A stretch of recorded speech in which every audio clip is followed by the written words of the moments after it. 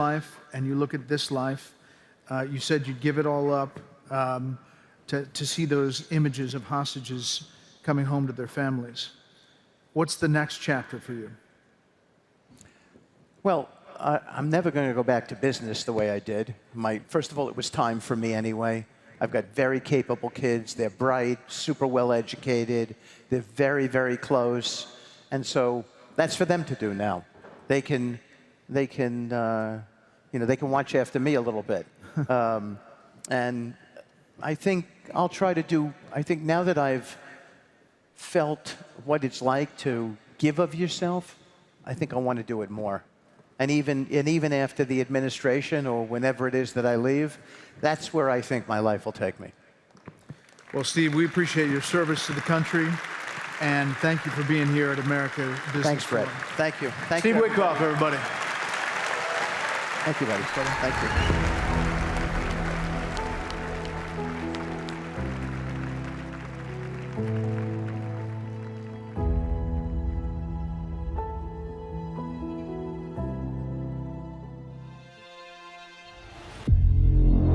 PIF is one of the world's largest and fastest-growing sovereign wealth funds.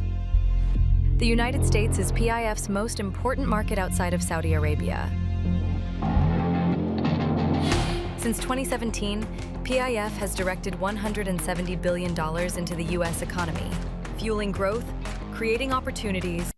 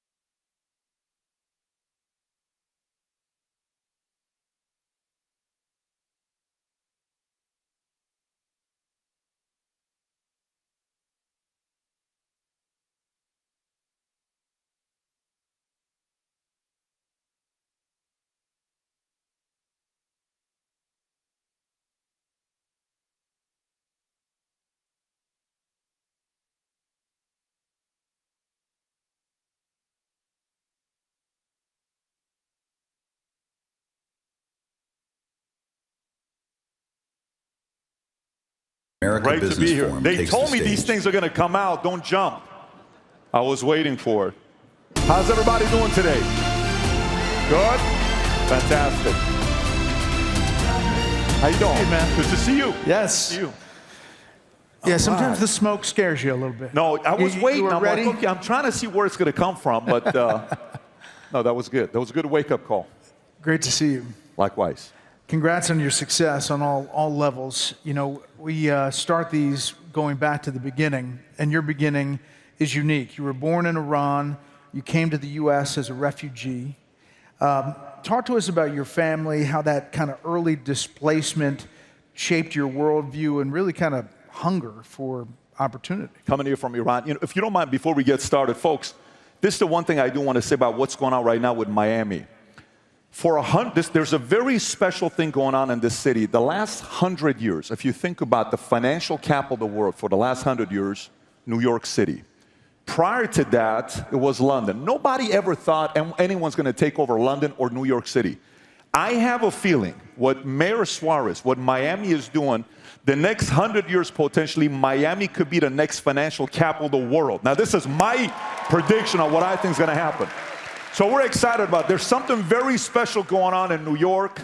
You're always welcome to come here. I know you're being recruited from all over the place. We read all about it. But yeah, you know, born and raised in Iran, one of the benefits of being raised there is you are forced to always look out on what's going to be happening. There's always surprises. We were a Christian family. My mother's Armenian. Any Armenians in the house or no? 7 of you, that's you got awesome, a few. right? We need more. And then my dad's Assyrian, but David, there's going to be no Assyrians in the house. Really? Oh. Couple. Front row. Okay. So born and raised in Iran, and this is 1978, October 18th. 3 months later, revolution happens. On the way to my mother going to the hospital, my dad, it's curfew.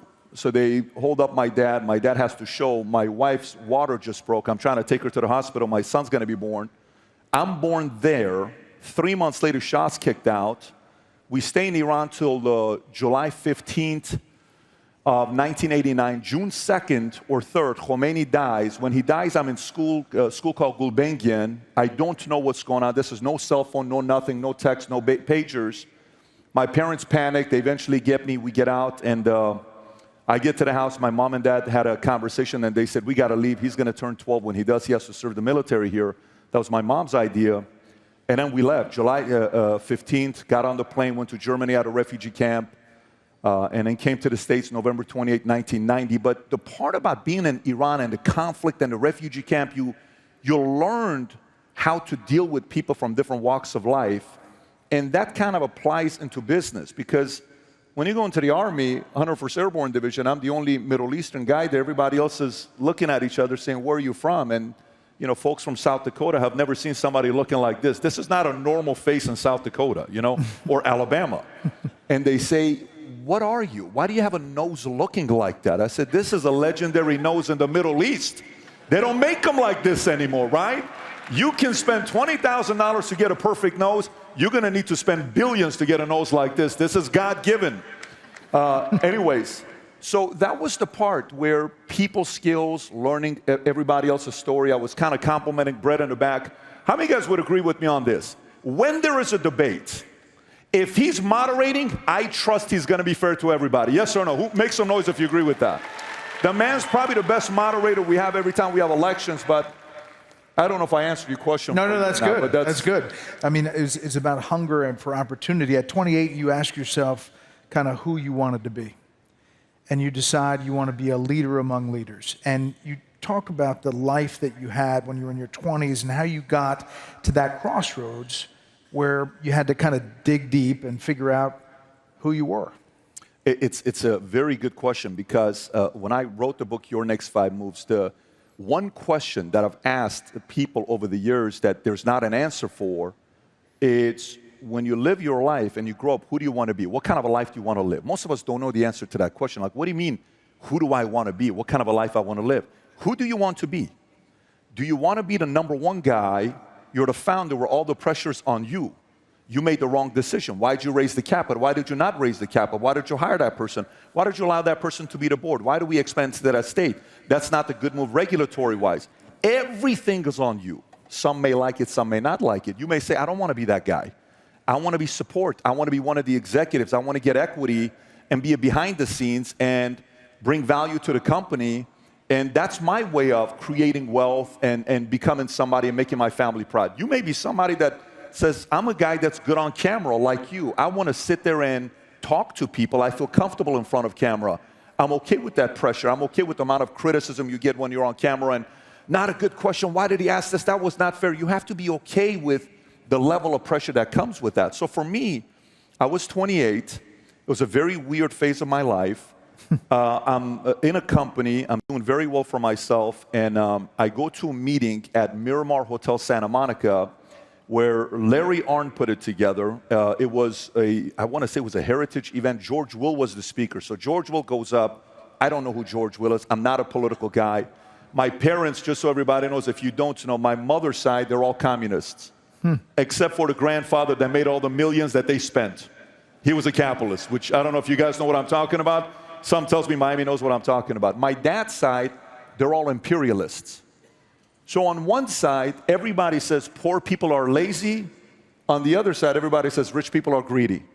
And I'm in the middle. Who's right? What do I do? But long story short, when I realized for me in 2008, when George Will is speaking about politics and America and the problems we're facing in America and how lawyers are creating unnecessary laws and we're forgetting how great America is. People are afraid to get up there and talk about the fact that America is the greatest country in the world. We're kind of becoming a little bit apologetic. And he hit back. A message hit me at 28. I said, I feel like I needed this message. Then I got away and I said, okay, what do you want to do with your life? Do you want to be a billionaire? Do you want to be rich? Do you want to be famous? Do you want to be a great father? Do you want to be a pastor? I went to my pastor who married my wife and I said, do you think I'm supposed to be a pastor? He says, you're definitely not supposed to be a pastor. That's not for you. And then I said, well, then let me figure out and then I said, I want to be a leader amongst leaders, period. If I lead amongst leaders, that's a very tough job because that means you have to take your parenting job seriously. That means you have to take your job seriously as a husband. It's not easy. It's a lot of pressure. As a business owner, as a content creator, when you give your opinion, there's some issues that can come back with pushback. But once that became my foundation, everything else was fairly easy. So you're building your first company. Is there a moment where you wanted to blame circumstances and instead you said, ownership, I'm going to take this by the horns? You don't have a choice when you're starting a company. You know, when you're in a company, you can always say, well, that's not my decision. That was a CEO's decision. Board made that decision. You know, it's not my fault. It's the market's fault. Once you're a founder and you start a business, you can't blame the market. You can't blame your executive team. You hired them. You can't blame your clients. You can't blame the economy. You can't blame regulation. You can't blame your lawyers. It all falls on you. So there comes a moment when you transition and start a company and you're a founder that all those layers you had of comfort, of leaning on somebody, is fully gone. You either take full responsibility and make it happen, or you don't. One night, I'm laying next to my wife. I come home. We're in the business for about a year and a half. I'm down to my last $13,000. I have nothing else left. I'd saved up $500,000 in my 20s. I started a business with $500,000. I'm down to my $13,000. I come home. My wife, who is like the sweetest person I met in my life, complete opposite of me. She's so nice. She doesn't like the camera. She's just a great mother. Every day works with me in the office. And she had a miscarriage. And it's the first time you go through a miscarriage. It's very difficult on the woman and the man, so we don't know how to handle it. Everyone says, oh, 70% of the time you go through a miscarriage the first time. But the first time is the first time when you're going through it. And she's crying. She has no idea I got $13,000 left. I'm about to lose a contract. We're living in this community in Woodland Hills called The Summit. It's 1:30 in the morning. I go outside. I listen to my 80s music. I'm listening to Foreigner. I don't know why I was listening to I Want to Know What Love Is, but that's the song I was listening. I wanted some love from God upstairs. And I said, am I doing something wrong here? I'm working my tail off. Like, I feel like I'm doing the right thing. Why are you making it so difficult? Like, I was almost like it was pleading with your father. And then next week, we get a massive bonus from AIG. And then that allowed us to be able to pay everybody's salaries for the next 2 months. And then next, we grew. We went from having one office to a few hundred offices nationwide, 50,000 insurance agents nationwide. And then we sold it 3 years ago. Money came from Harvest and Silver Lake to a company called Integrity Marketing Group, and it was life-changing. But it was that moment where I'm like, can you really do this? Is this really for you? And then from there on, things changed. Amazing. You talk about being disciplined with health and money, mindset. Which of those was hardest to kind of master? What finally made it click for you? Mindset is so challenging because you have to control your imagination of what other people think about you and what you think about yourself. And there's going to be moments where you are alone. You can't come and talk to your wife and say, babe, I don't know if I'm doing the right thing or not. To build something special, you will hit a wall. You can't call your father, especially if the decision, my dad wanted me to be a cop. I'm a big guy. My dad said, look, Patrick, some people are meant to be cops or military. God made you big and scary to be a cop. You'd make a very good cop. I said, you want me to be a cop? He says, you'd be a cop. I went and took the test to be LAPD. I had 16 speeding tickets at the time. They wouldn't let me be a cop. I thought it was like an advantage. I'm going to catch the bad guy. They said, no, it's a bad thing, so I couldn't be a cop. But there was a moment when your family said, we didn't tell you to start a business, you did.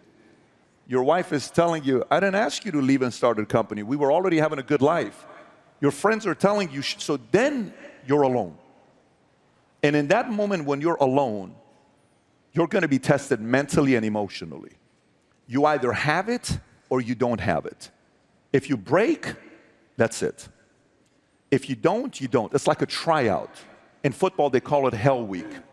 In business, when you go through this moment, when you're by yourself and you realize the only way to get to the next level is I have to change the way I view things. If I don't, I'm going to stay here. And it's painful because it's almost like a mode of recreating yourself. I'm good for this level, but I'm not good for the next level. That recreation mode is breaking yourself and, saying, like you look at the president today. If we're playing video games, the president is at level 100. But go to the president in 2016. Or go to 2020 when all the COVID stuff was going on, how he was approaching with the media. And look how he's doing it today. He's so nimble. He's fluid. It's like he's reached a level where he knows, and he's sitting there. Maloney from Italy is asking him, so you do this with media every day? Yes, there was a hot mic. She says, I can't stand our media. He says, I talk to them every day.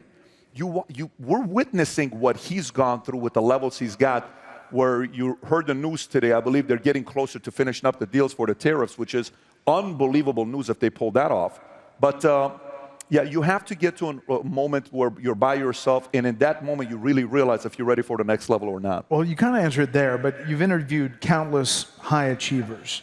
Is there one thing, one common habit you notice of those who manage to evolve and not like hit a plateau? It's funny you ask that because I'm having a conversation with Brady or the late Kobe and a lot of other people. But when you look at the Brady, who 7 championships and he had to overcome all these things, the pattern I notice is the following. Number one, those who go to a point where they can handle pain, they've had 2 types of people in their lives. One is a person that gives you unconditional love, that you can't do nothing wrong in their eyes. Typically, it's a mother. No matter what you do, don't worry. Oh, baby, I love you, but I did something wrong. I love you, baby. You're my son. Like, wow, what a weird human being. No, that's called unconditional love, right? Number 2 is a person, Brett, that no matter what you do, you're never going to win them over. I just got a degree. Yeah, but Johnny was a valedictorian. I just graduated law school and I passed my bar exam. Yeah, but he's already at the top of his class. It's like the movie Judge. I don't know if you guys ever seen the movie Judge with Robert Downey Jr. and Duvall. That one scene, do you realize I finished this, and that? You realize? And he says, you know what? And that's emotional moment that they have together. So unconditional love, no matter what you do, you will never win them over. Ever. You will never win them over. And last but not least, you have to choose your enemies wisely. I think too many times people don't choose their enemies wisely.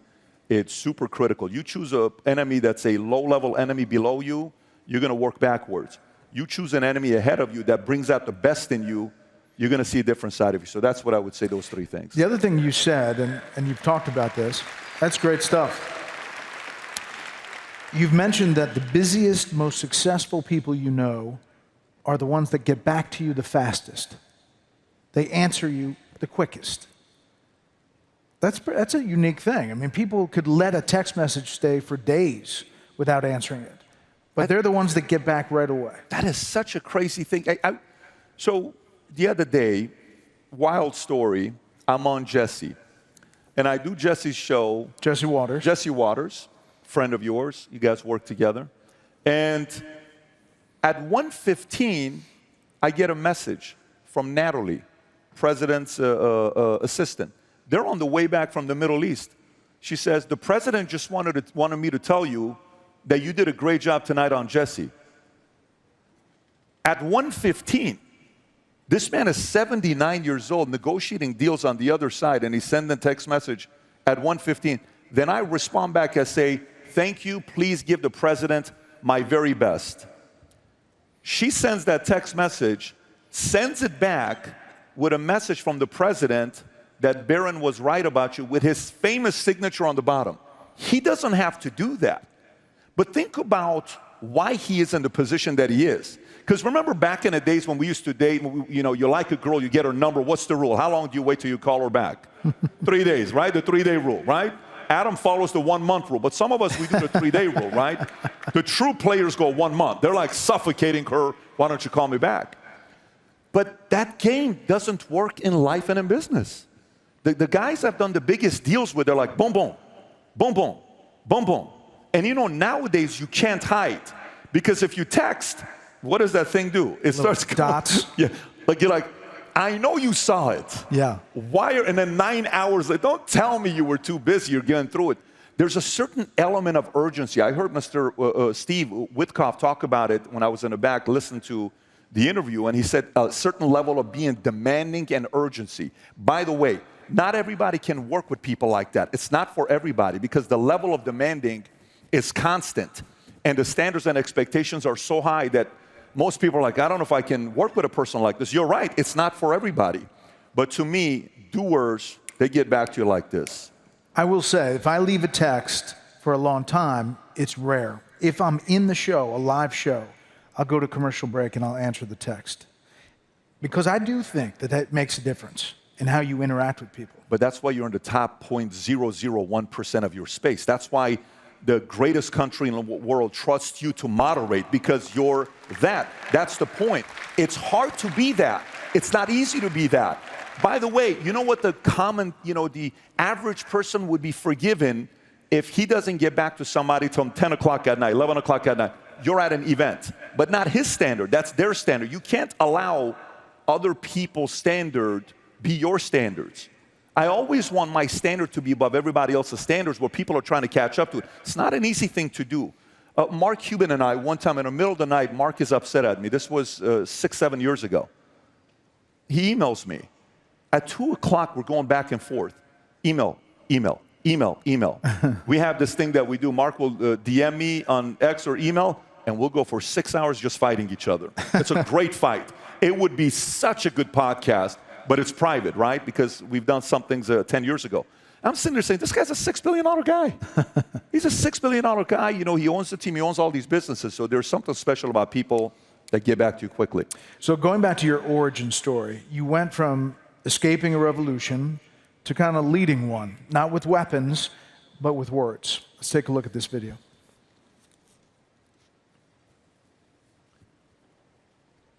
Oh, guess what? They just told me there is no video, but I'm going to tell you what this is. It's a great, I'm like, he's so handsome. Look at this. They're like, there is no video. What it basically said was you have one of the hottest podcasts, and you go back and forth. You share your views. And some of the things we're going to be shown there were, some heated conversations. You get in the middle of it. But you always talk about freedom and what freedom means to you after everything that you've lived. And you have a unique perspective on that. Yeah, there is nothing like it. I mean, look, imagine you're walking in the streets and your parents tell you, if you get pulled over by Hezbollah today, they ask you what your religion is, say, I don't believe in God. You don't have a religion. Don't tell them you're a Christian. Imagine you're raised in an environment like that. Imagine you're raised in an environment where you're living in a city called Tehran, where your mother and your sister are walking across the street to go buy tomatoes, and a little bit of hair is out. They pull aside and take your mom and sister, and you have to go with them. Imagine, just a little bit of hair is out. Imagine you're living in a city where middle of the night, alarm goes out, Tabajo, Tabajo, Alamate Kermes. Oh, you hear these alarms because Saddam Hussein's planes have crossed the border, and then you hear whistling sounds. 3-second pause. Boom. Boom. And then you're wondering, is the next boom your building? And then you hear boom, boom. That means it's over your house. And you're under the stairs with your mom, dad. You're looking at your dad is afraid. Your dad gets in the Renault, white Renault we had. And you go to a city called Karaj, that's 2.5 hours away. Then they start bombing Karaj. Then we go 5 hours away to Bandar Pahlavi. They start bombing Rasht. And you're sitting there saying, what the hell are we going to do with this? What's going to happen with this? So to me, freedom is such a valuable currency that I think sometimes we living in America, we forget about how valuable that is. If there's anything I tell you, when my wife and I, when we sold the company and money hits the account, who has sold the company before and the money hits the account? Who's experienced that before? There's a lot of wealthy people in the room here. Who knows that feeling when the money hits the account, you're like, oh my God. We're in Monaco, money hits the account. My wife and I are having the most emotional breakfast together because we've gone through so many things. And we're sitting there, I said, babe, we made money. We made real money, but today we made real money.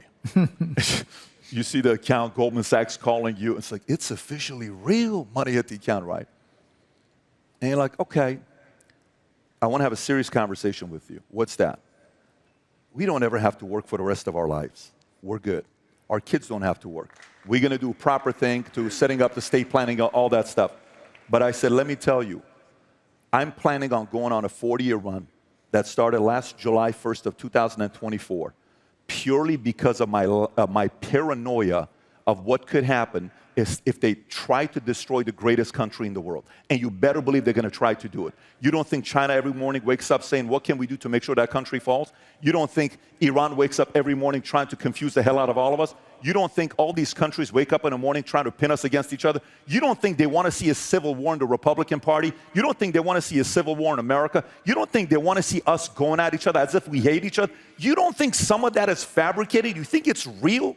You think it's real? I remember being in my mother's, when I'm with my mother, and one of our aunties would come. This is pre our parents getting a divorce. My parents married each other.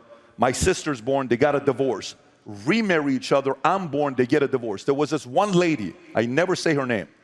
I would sit over there and I would watch what she would say to my dad, what she would say to my mom. You know what John bought Mary? Bought her a $10,000 necklace. How come Derek doesn't do that? Why doesn't your husband buy you that kind of a thing? And then my wife would say, you're right. You're more beautiful than her. You're more beautiful than her. He should buy you everything. I wonder how much he loves you. And I'm sitting, this lady is saying this to my mother. And then my dad, after working a 14-hour shift, leaving 5 o'clock in the morning to Karaj, would come home. And I would see my mom is just getting riled up by like 5 o'clock, 6 o'clock, 7 o'clock, 8 o'clock. And then boom, he walks in. They get into the biggest fight. Pots flying, all this other stuff. I don't know if you've seen some legendary fights. They say the greatest debate is Hillary Clinton against Trump. The greatest debate I ever saw was in our house because there was things flying. It's always things breaking. It was so epic. It was like UFC, except it's a debate. And then I would go home at night. I'm like, that freaking auntie is causing a division in my family. You are my enemy. I don't like you. When my parents finally got a divorce, I told both sides of the family, the only people that matter to me is my mother, my father, and my sister. All of you guys are playing games. Here's the part. They're trying to divide us. They're trying to confuse. Why so many Cubans, phenomenal people from Cuba, come to Miami for freedom? Why do they come here? Why do so many great Venezuelans? I've never met a bad Venezuelan myself. I'm sure there's some of them. Why do they come here? Why do so many of these guys want to come to America? Because this is the greatest country in the world. Absolutely, hands down, the greatest country in the world. And it requires us to fight for it. You get to a certain point in your life where you have a lot to lose and you play scared. It's like, don't say that, because what if we get canceled? Don't say that. Don't say what? No, we're not playing that life. We're leaders, we're tough. We stand up, and I'm gonna be respectful about my argument. I'm not gonna disrespect you. This is what I think is going on. Like right now, Mamdani winning New York City, everybody's like, no one's gonna leave New York City. No one's gonna leave New York City. Forget about who's leaving New York City. The question is, who's moving to New York City? Who do you think? The guy wants to let people out of prisons. It's a great place for criminals. The guy wants to take care of illegal immigrants. Fantastic, go move to New York City. The guy wants to sit there and start opening up all this stuff for everybody else. What are you talking about? You think this is the right way to go? You think America, that in 249 years did what many of these countries that have been around for a couple thousand years couldn't do? You don't think that's special? This is the greatest story in the world. My goal is to see a lot of other people when events like this are happening, Brett, is for people to come in and say, you know what? I'm a good person. I work hard. All I want to do is raise my kids based on solid values. I want my kids to have their dreams to become a reality. I want to spend time with my family. I want to be free. I want to enjoy my time. And I want to be able to go to church. I want to be able to talk about things that matter to me. I want to be able to be wealthy without people judging me for the life I'm living. I just kind of want to be left alone. But if you cross the line, you're going to see a different side of me. I think that's probably what most of us have in common here. Yeah.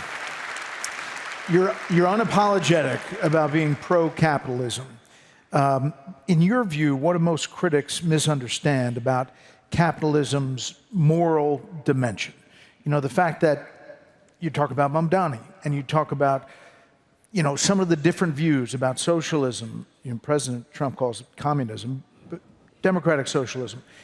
But capitalism and your defense of it from a moral perspective.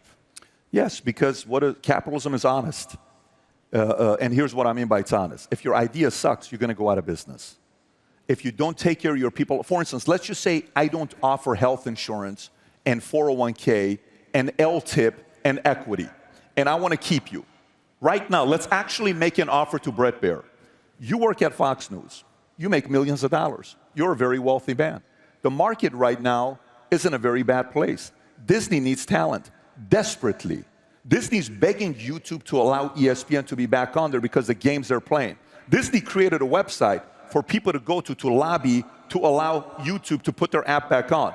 And they're saying, we don't want to do this. To the point where Pat McAfee is saying, don't get me involved. I know you're paying me. I don't want to do this. CBS right now brings Barry Weiss, right? And Barry wants to go get somebody like you. I don't blame them. Guess what's going to happen? Fox is sitting there. If I'm your agent, say I'm your agent. This is a great opportunity for me if I'm your agent. Guess what I'm doing? I'm going to say, Brett, this is fantastic. Let me make a phone call to Lachlan. I'm going to call Lachlan and I'm going to say, hey, Lachlan, Brett Baer is about to go to CBS. He's going to get a 3-year, 4-year, 5-year, $75 million contract. What do we want to do to lock in the greatest moderator of our era? Do we want to lose him? No. Lock him in right now. He's not going to CBS. That's capitalism. What are you going to do? You think you're going to lose? Are you available?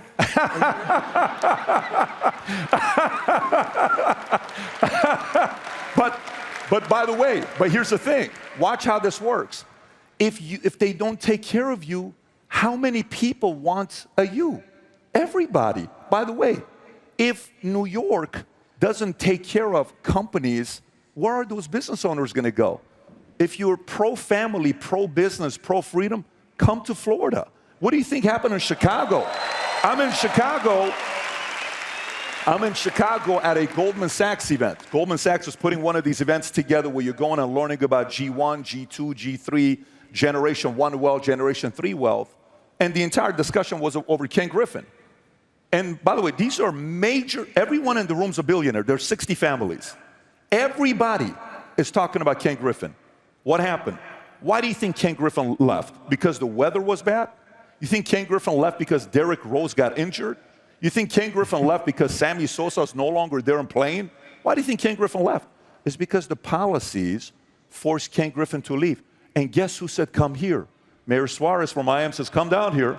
And he brought his business here. Who doesn't want Ken Griffin there?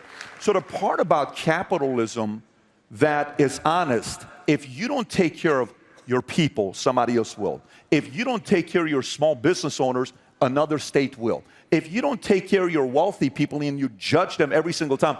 I went to church one time, and I have nice cars. I don't drive anymore, unfortunately, but I have nice cars, and I would go up in my nice car. And this one guy one time comes up to me and he says, so, you like having a Ferrari? I said, I love having a Ferrari. Yeah, but do you think you're going to get into heaven with a Ferrari?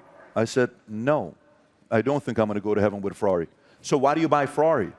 Because I love Ferraris. Yeah, but that's what rich people do. I said, let me ask you a question. I'll never forget this conversation with this guy. I said, did you just hear what the pastor asked of how much money he's trying to raise for a new project? Yeah. He asked for 35 million bucks. I said, you think you're going to raise 35 million bucks with your 3,000 members at $5 a pop? Let's do it. What's 3,000 times $5? $15,000. Let's say 50, $150,000. Go 500, $1.5 million. They're not going to give you 500. You don't think the pastor's going to raise $35 million by going to a person like you and saying, hey, Brett, we'd like for you to commit the next 3 years to $1 million deal. I said, be very careful judging the wealthy in your congregation because they'll gladly go to a different congregation and give their 10%. This idea about making fun of rich people and making them uncomfortable is pathetic. New York's got the most billionaires in the world. You want to lose your billionaires? The dumbest idea in the world. Why would you do that? A person that becomes a billionaire, you think a billionaire is carrying their money cash with them? You think a billionaire's, yeah, I got all my cash here. What do you think a billionaire's money is? It's paper money. Where is the money? It's in a company. It's in a bank that's given a loan to somebody to buy a house. It's given a loan for somebody to buy a car. Where do you think money sits? You think billionaires sit in their house and they say, honey, let's count the money one more time. Go ahead. 100, 200, 300, 400. No, it's time to go back and recognize heroes. Recognize these people that won. I think it's a massive problem that we have. And by the way, I think it's starting with our education system, but I'll pause right here. I want to talk about that. Please. Because you've said that capitalism rewards value creation. You're just talking about it there, not victimhood. But how do you teach that to a generation now raised on social media outrage and TikTok and everything else? My kids, my oldest son is 13 years old. I have a 13, 12, and 9. 13-year-old boy, 12-year-old boy, 9-year-old girl, 4-year-old girl, Brooklyn, the best. She's the glue. She's funny. And there's nothing like Brooklyn, middle of the night. She's small, she's tiny, but she's the loudest, and she's got the best temper. Bad temper she's got, 4-year-old girl. 4 o'clock in the morning, this is what we hear. She runs from her room, opens the door, and she does not know how to close the door quietly. You guys know what I'm talking about? Parents know what I'm talking about. Bam! Slams it. We all wake up, right? And then she lays next to you, and then she goes like this. Daddy, I love you. I'm like, I love you too, baby. 2 nights ago, she says, Daddy. I said, yes, baby. I have to go shopping at Target with Mickey today. I said, babe, why are you telling me 4 o'clock in the morning, right? These kids are funny. But our oldest, they get criticized at school, and they'll say, your dad's rich. You're just a rich, spoiled kid. And my kids will say, then why is it that you have an iPhone and I don't? My kids don't have iPhones. 13-year-old kid doesn't have an iPhone. He doesn't know what social media is. By the way, now, parents, why did you do that? Okay, great question. So there's when we go to dinner, I catch myself, because social media is not only addicting to kids. We think we're not victims of it. You can be 50 years old and you see going like this. My dad is 83 years old. He's on his phone all day. So this isn't like only something that's to kids. You don't need to be 18 to be addicted to cocaine or 82. Cocaine doesn't care how old you are. Do you understand what I'm saying? The same thing with phones. You read this book called Anxious Generation. Great book if you're a parent. If you have a daughter, whatever you do, order the book Anxious Generation. If you have a daughter, she's a teenager, do yourself and her a favor, order the book and listen to both you and your wife.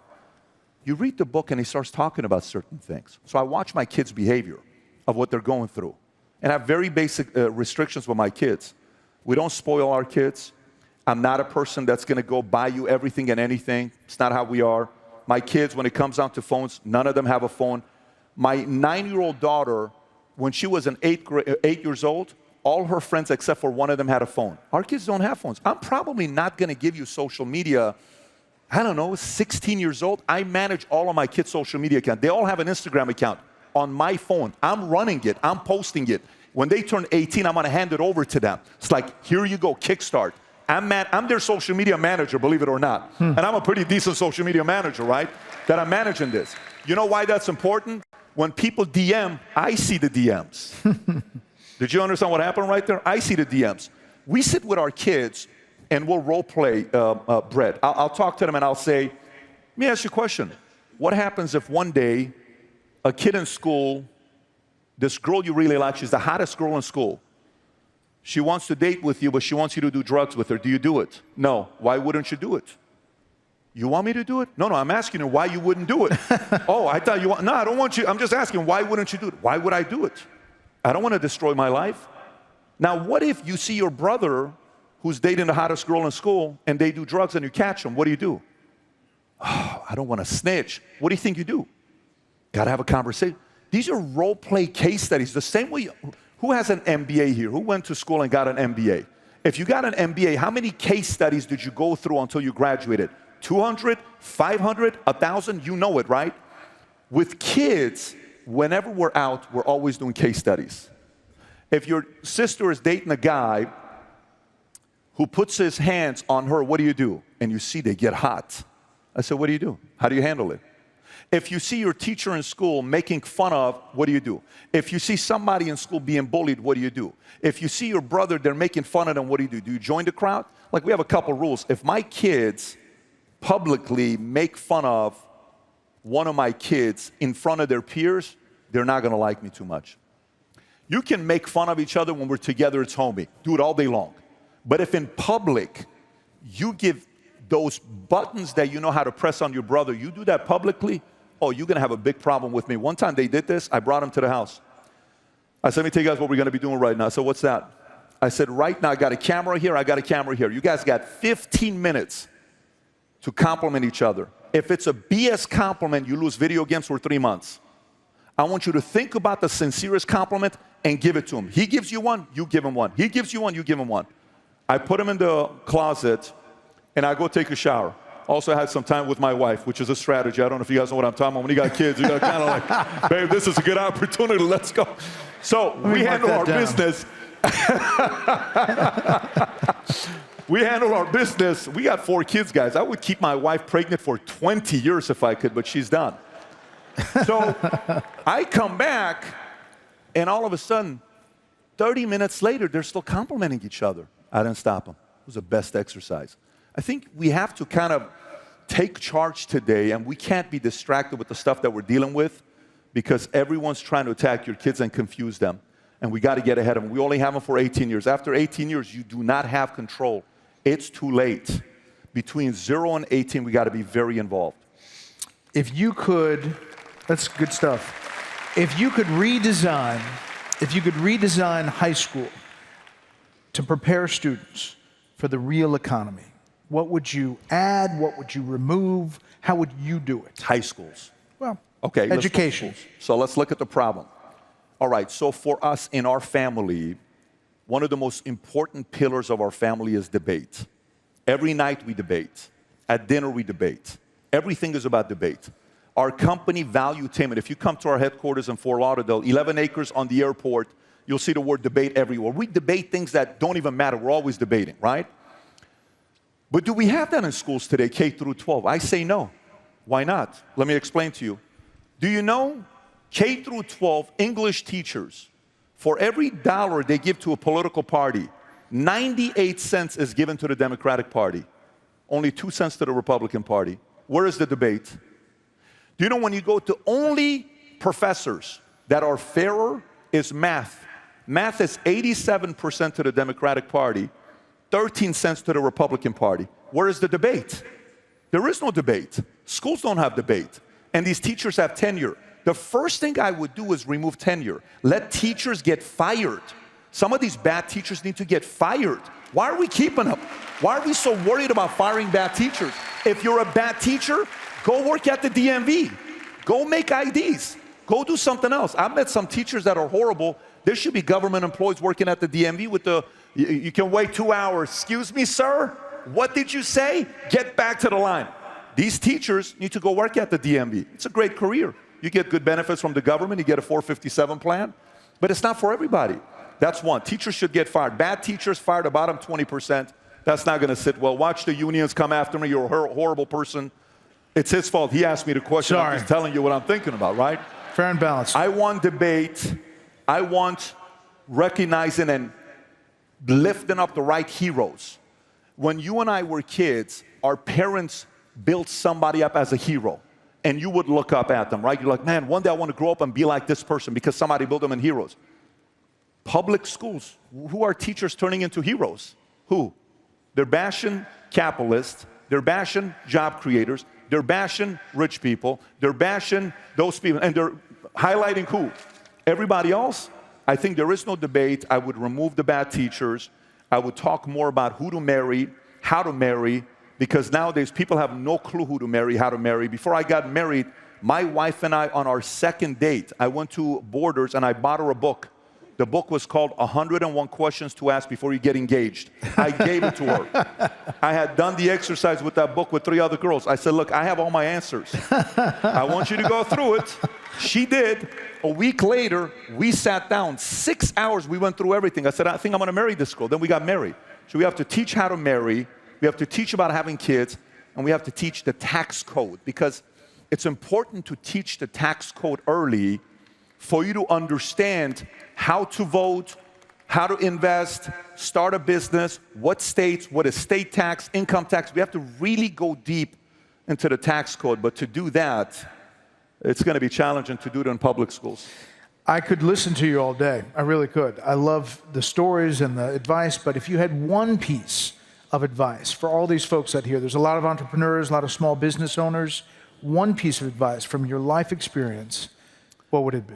If you're talking about the one advice that I would give my kids, you know, many years ago, I was solving for what I need to do to be happy. It's like the key to life is you got to be happy. And I'm under too much stress. I want to be happy. I realized that's phony. That's fake. Happy is like, you know, if you want to see me happy, let's have a medium rare bison with some foie gras and some beef carpaccio with some nice, you know, Parmesan cheese on top of it, with a nice Arnold Palmer 80-20, 80% iced tea, 20% lemonade, squeeze lemon in it, and give me 6 people that are good people to talk, I'm the happiest person alive for 2 hours. And then it's gone. But then you go the next day, eat the same thing again, because you got to keep that happiness, right? Going every single day. But to me, what I learned is the following. There comes a point in our lives where you have a certain values and principles that you want to live by. If these values and principles that you're teaching your kids are aligned with the way you live, you're living a fulfilled life. If these values and principles that you're telling your kids to live by contradicts the way you live, you are miserable. So every time I measure myself is, am I living this life? But because if I'm acting, I'm not loose. I enjoy being loose. I enjoy being free to share my thoughts. And the only time I'm not is when these guys are fighting. So I try to do my best to live an aligned life. If you live an aligned life, you're going to live a fulfilled life, and future looks bright if you do so. Patrick, Bet-David, ladies and gentlemen. Thank you. Thanks, everybody. Thank really you so much. Yes, thank you. Take care.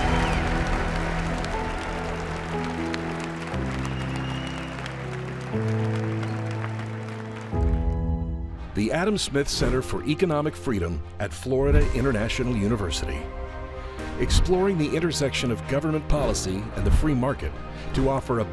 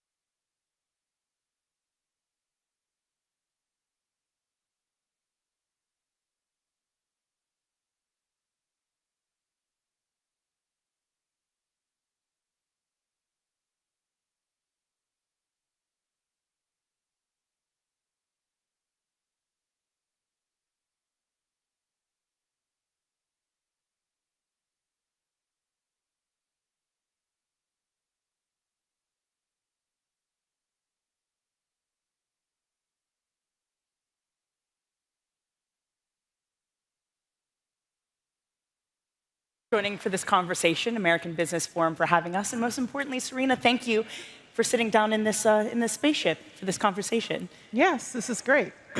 So here we are at the American Business Forum, and Serena, from a very young age, you, from literally being at the negotiating table with Puma as a teenager, to taking investor calls on your way to center stage at Wimbledon, Serena, the businesswoman, and Serena, the athlete, have always been linked. When did you yourself think of you as a businesswoman? When did I think of me as a businesswoman? That is a really good question, because I feel like I've always thought of me as a businesswoman. I think when it came to sport and when it came to things that I did in sport in particular, listen, my job was a business. You know, it wasn't for me just about going out there and hitting tennis balls and winning. Obviously, that was the biggest part of it, but it was also really about being a business, being an entrepreneur. And at the time, when I was doing all this, there was lots of things and lots of people saying that you have to focus only on tennis, that you can't do other things, you can't have this other stuff, you can't be an entrepreneur, you can't think about other businesses, you really just have to do tennis. And I pushed that envelope and I said, you know what, that's not me. I am a kind of person, I was taught from an early age, actually from my father, that it was really important to have a plan B. I don't know if he thought that I would do decent in tennis or not. Maybe that's why he told me I needed a plan B. But that's something that kind of always stuck with me. And so when it came to what I wanted to do in sport, whether it was fashion or whether it was design or whether it was investing, it was something that was always going to be this entrepreneur. And now the new modern athlete, if you think about it, the modern athlete, if they're only playing their sport, then now that's frowned upon. True. So I love seeing the difference of how it started versus how, you know, people look at sport as an athlete now. I mean, what a plan B. A lot of people spend all their lives even having that as their plan A. But when you decided to make it your plan A, when you announced in 2022 that you'd be stepping off the court, did you have any hesitation or any concerns about leaving tennis behind? Absolutely. You know, my whole life has been tennis up until when I retired.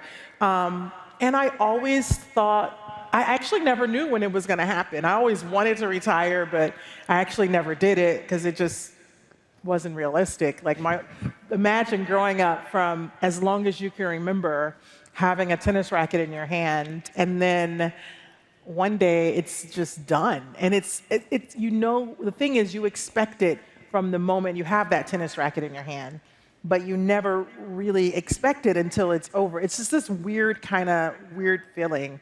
At any rate, I always knew that day would come. I just didn't really know when or how, but when I did decide that it was time to move on, I had already started other businesses. I had already been investing when I I don't like the word retired, but when I evolved from tennis, I had already been investing for, I don't know, like 8 years at the time. I'd already had my firm.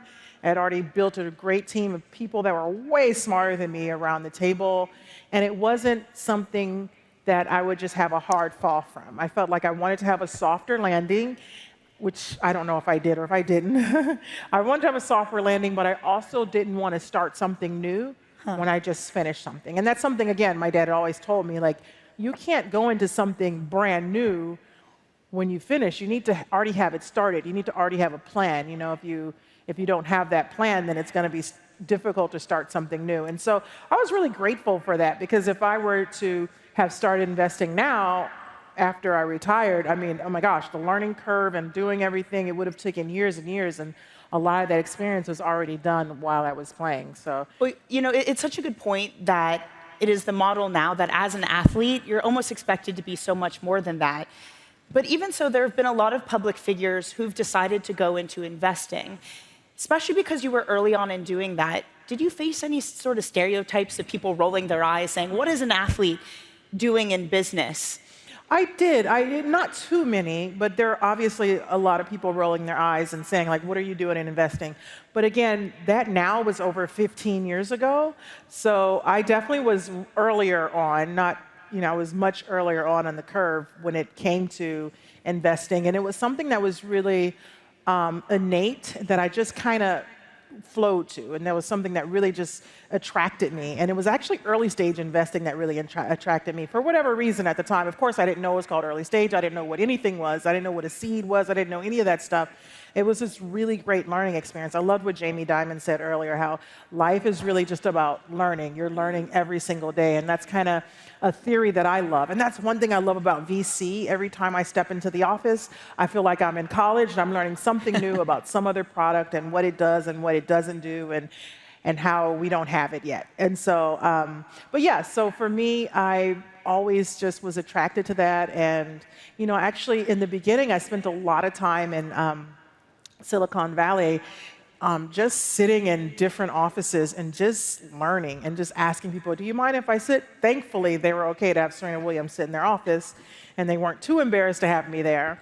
But it was very nice to be able to sit and just learn from CEOs and learn from different people as I was investing, and just to you know, understand what I was getting into. Come on, they must have asked you for advice too. They did, and a couple companies did ask me for advice, and I actually gave them some really good advice, and they actually included it in their programming. And so one very popular company, which I won't say, I sat in their office a lot. The CEO is amazing. And I was like, dude, you really need to change your algorithm. This isn't quite working. You need to do this and do that. And to this day, they use it. And I'm like, gosh, I should have got something for that. But I'm like, you know what? I can silently take credit for that. And I'm okay with that. I love that. And look, when you started Serena Ventures, your vision was very clear. You've said this many times, and I think it actually might have come out of something else Jamie Dimon said about the 2% that's left out of VC financing, that you wanted to create a fund that invested in the 98%.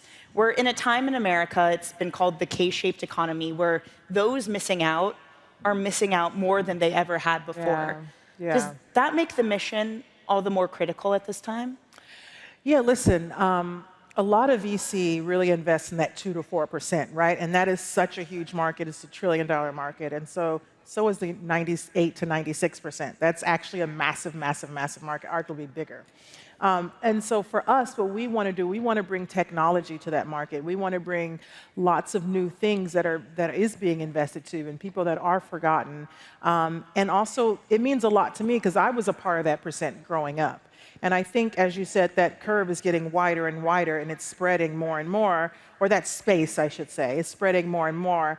And I feel not necessarily responsibility, but I just feel attracted to that. And I really love investing in things that are doing good, but also making a lot of money, quite frankly. And we have lots of companies in our portfolio that's doing just that. I was going to say, last year you gave a statistic. I think you had said you invested in over 85 companies and 14 of them were unicorns. Mm-hmm. That is an insanely high hit rate.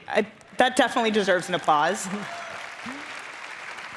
That is a hit rate near 16%, and I think something the entirety of Silicon Valley would be very jealous of. Yeah. What's the secret sauce? There is no secret sauce. I think it's really just really understanding what you like and what you do, and really going with your gut on things that make sense. And obviously, through experience, I've learned that when I meet the founders, there's different questions that I ask to see if they're really into the business, if they're not, and how does that work. And so really doing due diligence, really getting to know what founders are talking about, really getting to understand their thought processes. As an investor, you're only as good as your founder, and you want them to be the best that they can be. And so for me, and what I do is I try to talk to our founders and try to figure out, how can I help you? How can we get this product to be the best if we believe in it? Is there a marketplace for it? You know, all the basic questions, but really diving deeper into that and why. And so that's just kind of what we do at Serena Ventures, is just kind of learn how we can fill in different gaps in different areas that are being missed. And by the way, these gaps tend to be really, really massive. And that's what we do. And then when you kind of have a focus and you focus on that, it just sometimes works. In terms of talking to these founders, you also said recently that your name isn't enough, that they are being more choosy. What do you think it is about this moment that founders are being more choosy with who they decide to work with? I think we live in an era where technology is just obviously taking over. And then if you have something really unique and that's really going to set off and it's going to be really amazing, then obviously the founder is in a position where they're they can choose who their investors are. So what we want to do is we want to be able to add to the table. We want to be able to bring so much to them that they can expand we can help them with their network. We can get them in different areas and open different doors for them. And so you really have to be able to not only just rely on your name, but really just rely on your team and on your expertise and on your experience. And that's what we did. We really brought in a lot of experience to the firm to be able to really take our founders to that next level, because that's what it's all about, is how are we able to take the founders to the next level. And also me, years and years of doing what I did in the past, building up tons of relationships and being able to open so many different doors for so many different founders, has been invaluable, really. And so that's kind of what it really is all about for us, is really just having this opportunity to let founders know we are more than a name. We are really an institution. We are an institution. We're building something that's going to last for a very long time. We're investing in companies that we want to last for a very long time, and that are actually changing how people are living their everyday lives and changing them for the better and upgrading them through, whether it's through software or whether it's through hardware. We want to be able to elevate that. And so those are the things that we think about. And founders are at a position where, and in particular now with AI and everything, they're in a position to bring who they want to the table if their product is good. Well, it's a moment where VC is obsessed with AI. I think that's fair to say. The latest data from PitchBook says that nearly $200 billion have gone into specifically AI-related startups this year. By far a record, and will be the first year on record where more than half of VC money goes to AI-related startups. Again, keeping in mind the investing for the 98%, are you concerned about that concentration of capital? Not at all. Everything that we invest in, if they don't have a future in AI, if they're not thinking about AI, we're second guessing our investment in them. And we are trying to say, well, if you're not going to do this, this can be problematic, because if your business can be taken over by AI, that's going to be a problem. I heard on stage earlier, AI isn't a problem. People that aren't using AI is going to be a problem. And so I think there's some real truth to that, because you have to be able to incorporate it in your life in one way or the other. If you have a fintech company and then you can go on an AI program and they can do the same thing, then why would someone put money into your fintech company? So for us, it's very important. If we're really going to be able to impact that large percentage of people, 98, 96%, you're not going to be able to impact them in the future without AI.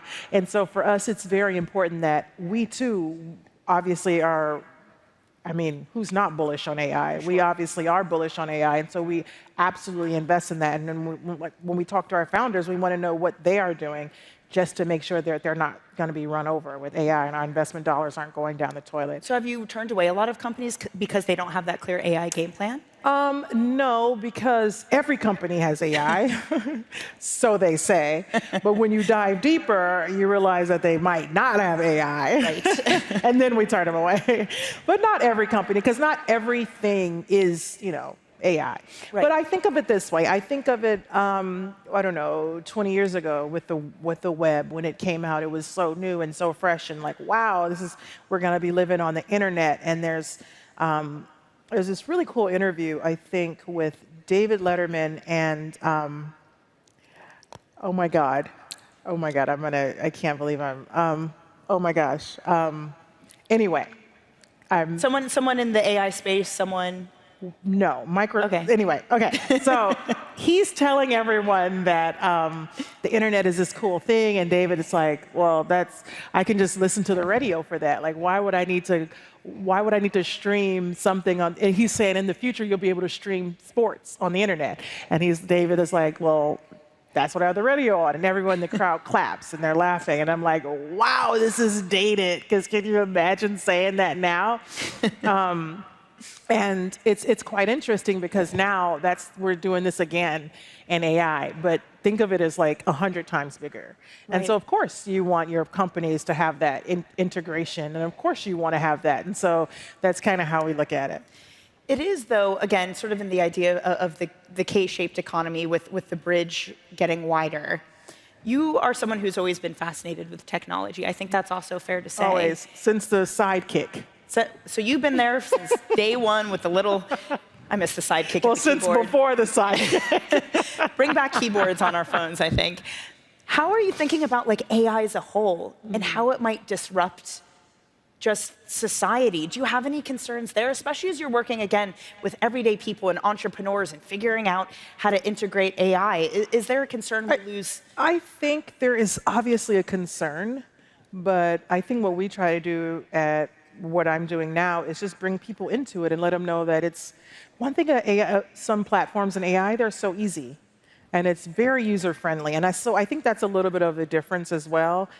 AI is very user-friendly, and so a lot of people can adapt to it, and so a lot of people are adapting to it.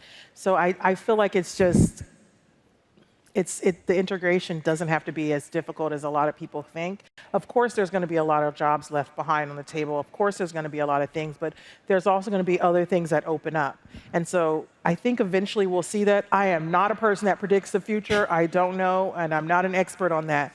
But what I can say is that there is going to be obviously there has already been a huge shift and a huge change, and it's going to continue to be that, but there will be other opportunities that open up as well. So, Serena, you're involved in many ventures, from VC, as we've been discussing, to partnering with brands, to own personal investments in things like sports. What is a week like in Serena Inc.? Oh my God, it's insane. I don't know how I survive. I had a coffee earlier because usually I don't have this much energy, and this is a lot of energy for me. So imagine low. So a week, I have calls, team calls, SV calls, Serena Venture calls, I should say. And I also have 2 kids, and I am like the ultimate hands-on mom. I take them to school, I pick them up, I cook every night, except for the weekends. I kind of check out on the weekends. But I check back in on Monday morning. I love cooking, so that's like my thing. And I still travel. I still work with different brands like Nike and other companies. Yeah, so it is. This week I was actually in Atlanta for a couple days, and I'm here, and in between I was at home, and I'm going to LA in a couple of days, and this is a crazy week. So it's kind of nonstop. And so I also meal prep for my kids, so I cook things that they can eat while I'm out of town. By the way, speaking of that, I heard you once say that Olympia's interning at her dad's company. No, I my swear. daughter is interning at my company. Oh, she's interning. Yes, Excuse me, yes. that is my fault. He She's did interning. claim summer internship. I I'm see. like, okay, but I get the rest of the year. She needs to see amazing women doing amazing things, and not that he isn't. His things are way more amazing than mine. I mean, my husband's a genius, but she can get the genius in the summer, and she can get me the rest of the year. So it's really nice. It's cool because I always have my niece and nephew interned for me when I was a tennis player, and so now Olympia's going to do it, but on the business side. So it's going to be fun to see. I love that. So you're definitely encouraging her to go the business route of things. No, I want her to be a tennis player. Obviously, that's way more fun. But she can do business if she wants to. I love that. So one thing that, again, you've done as from a very young age is working with different brands and understanding what sort of fits your portfolio, who you want to endorse and who you don't. In an age of social media, there's just so much more demand for those types of deals. How do you think about it? How do you evaluate different brand deals, different endorsements, and making sure you don't dilute your own personal brand? I think for me, when it comes to aligning with different brands, I really have to align with something that speaks to me, and something that I use, or something that I can benefit from, or something that is very authentic to me. And I think, as you said, now in the era of social media, new generation, they really can see through the BS, right? And so it's really important. And I think brands has also understood this and caught on that if it's not authentic, it's not going to work. And so a lot of things are doing better now because they're using either micro-influencers or they're using influencers and not necessarily celebrities, because it's very authentic to them and they're actually using the product and they show how the product works, et cetera, et cetera. And for me, when I align with a brand, I usually like to have a very long-term relationship. Sometimes I even know people before we actually work together. But it has to be very authentic. It has to be something that I truly believe in from my soul. and that I can really go out there and talk about. I don't want to go out there and talk about something that's fake and that's not real, because I just can't do that. And so for me, it's very important to be able to talk about something that's real, that I've had a real hands-on experience with, and that I can really, understand. I say that feels like a through line to your investments as well. Oh, absolutely, absolutely. When it comes to investing as well, I like to really make sure, maybe I don't use it, but I want to make sure that I understand it. And if I were younger or if I were older, like we do a ton of stuff in health, in women's health as well. And I think that's such a big, important part of this conversation. That's half of our population. Yeah. That's a huge, Yeah, target. if I'm not mistaken, one of your portfolio companies was the first to get FDA approval for at-home pap smears. Yes. Which is huge. It's huge. And so women's health, historically, it's huge. It's this company called Till. They got FDA approved, and it was a very long process. We invested in them a long time ago. Very long process. They finally got approved to have an at-home pap smear, which is something really that should have existed for women a long time ago. And the fact that it took that long to get approval, that's another story. But women's health is something that's been totally forgotten. But the difference is now is with technology and this new generation that's aging and that's getting older, they're comfortable talking about things that weren't really so open in the past.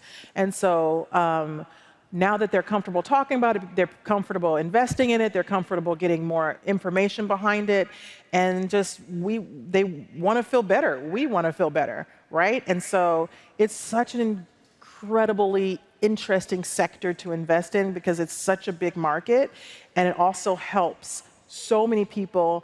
And that's what I said. That's the intersection between helping people and being successful at it. And there's so many intersections like that. It's not just women's health. It's just so many different areas. But that's another one of our passions, is just to invest in things like that that are helping, changing, and also fruitful. Yeah.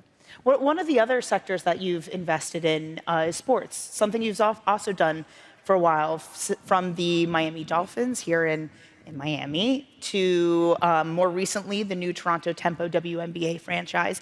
What's the investment thesis driving those? Well, gosh, I did the Dolphins, honestly, I want to say 18 years ago. So I've really been investing for a very long time, way before it was popular for athletes to invest. Gosh,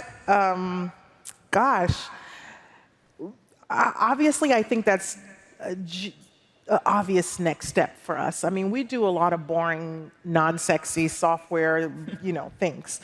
But now we are definitely doing more in sport. I do a little stuff on the personal side for sport as well. But I don't know. I feel like it's quite interesting to do a little bit more in sport. Are you looking at more in sport then, it sounds like? Well, yeah, I've always been obviously interested in sport, I would say. Sport's pretty cool. A very fair A lot of people are investing in women's sport, and I feel like obviously that's where my heart and soul is for obvious reasons. And it's interesting because people are just noticed women's sport. And I'm like, well, women's sport has been around for decades and decades and decades, and we were always amazing, and you guys just noticed. But it's good that we're getting noticed now, and I love the support that it's getting. And so the best way to show that support is to invest. Well, again, a lot of your investing philosophy comes from sport. And one thing I remember you've said is that success is about how you handle the losses. Mm-hmm. That's abundantly clear in just the absolute upper echelons that you perform as an athlete. When it comes to businesses, what's been a tough business loss, and what has it taught you? Have you applied the same lesson in what you're doing now? I mean, there's some investments that I missed that are huge right now. And that was a loss. How do I take that? It's just, you just have to learn, like, why did you pass on it or why did you miss it?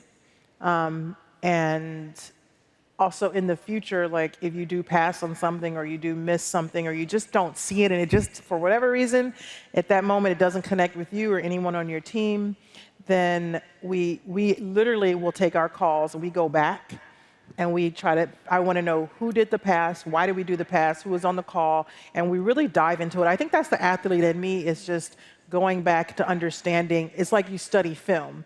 And I kind of bring that to the firm as like, okay, I need to know every single reason why it didn't work, why we passed, what was the method behind it, who wrote the pass, who called. And also, so what we do now is if we do pass, because we're such early stage investors, so we do now have an opportunity to invest in follow-ons.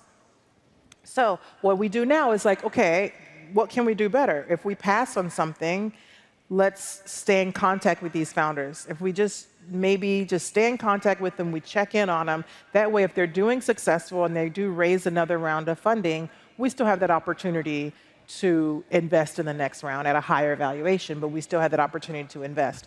And so that's kind of how we handled those losses in the past. And so now, even if we do miss something, which is inevitable in VC, in particular now that everyone is doing AI, so now what we do is we just say, okay, we try to stay in contact with our founders and we pass on. We're very kind. We give them different reasons, but we always let them know we would love to stay in contact and continue to learn and how you're growing. And we've actually passed recently on a couple of investments, but we stayed in contact with them, and then we came in on a later round and happened to be discounted because they really wanted the firm in there. And all because of we incorporated that loss, it made us better. Sometimes losing is important because we learn very valuable lessons. And now, if we hadn't lost, we wouldn't be in all these other amazing companies that we got into. Serena, I'd love to end kind of where we began, this idea that it wasn't a retirement, it was an evolution. Yes. What's next in the evolution of Serena Williams? What's next in the evolution of Serena? Time off, just definitely taking a breather. I never took too much time off, maybe a vacation. I don't know. I've really tried to build a really great team so I can take a lot of time off. Maybe one more hire, and then I could take an even bigger step back. And so that's what's next. I love that. Yes. And that is a perfect note to end it on, so we can give Serena some time off. Everyone, please join me in thanking Serena Williams. Thank you. Thank you so much. That's wonderful.